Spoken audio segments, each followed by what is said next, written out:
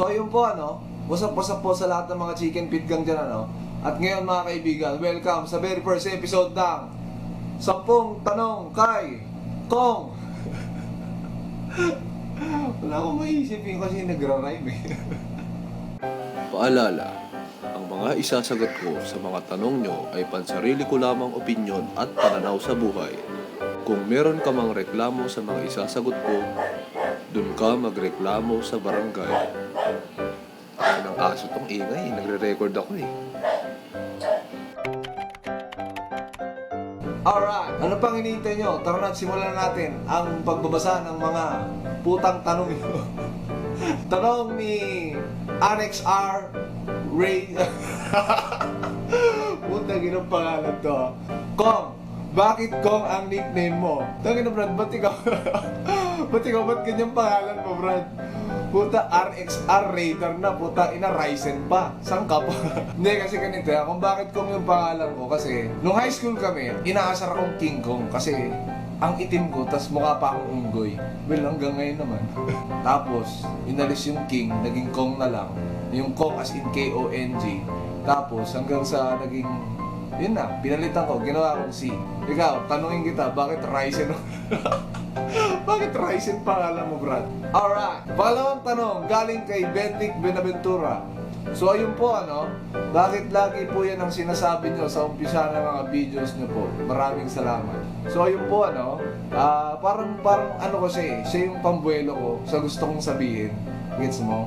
Saka parang naging na rin siya, naging parang trademark ko na rin na pag narinig mo yung so ayun po alam mo na, si Kong yun, di ba?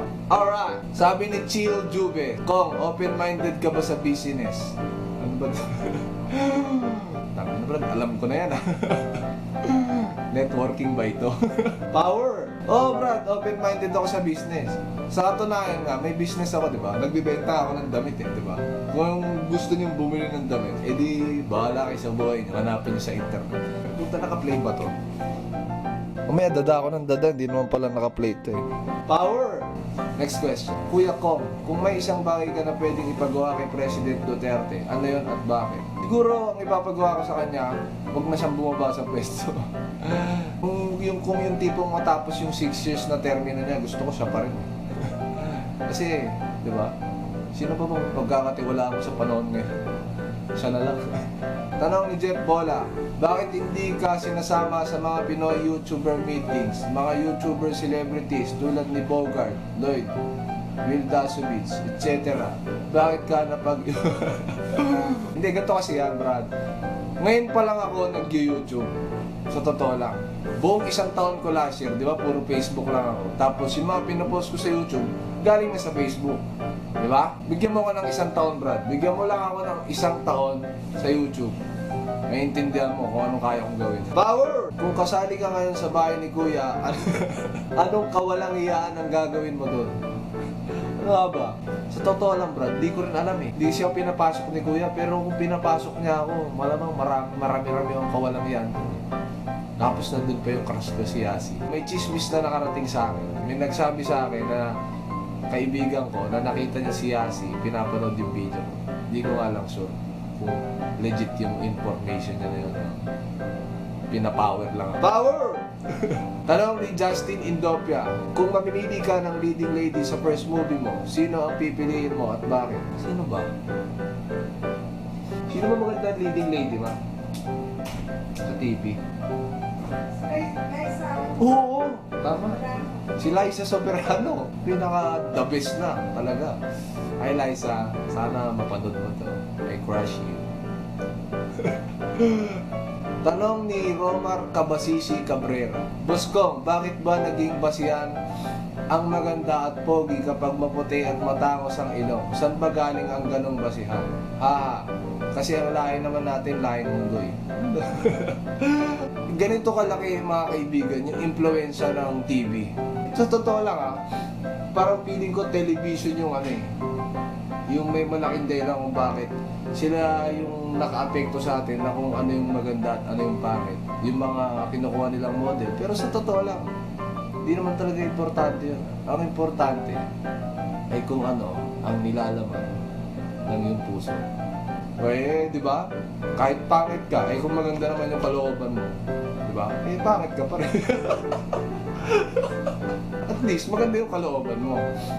Next question. Kuya, to, sabi ko sa inyo, iwasan niyo yung mga gantong tanong eh. Pero sige, sasagutin natin. Tanong ni Thomas Calvin Restua. Kuya, pag ba ang safeguard nahulog sa inidoro, malinis pa din ba? Ang gawin mo, Brad, ganito. Kunin mo yung safeguard, di ba? Lub-lub mo sa inidoro, tapos kainin mo. Pag sumakit yung tiyan mo, balitaan mo ko. Okay? Tanong ni Mark Cabase, paano makaligtas sa depression? Brad, tignan mo lang yung mukha ko eh. Mawawala depression mo, Brad. Tignan mo lang yung mukha ko. Tignan mo. Tignan mo, di, tignan mo. Seryoso, tignan mo.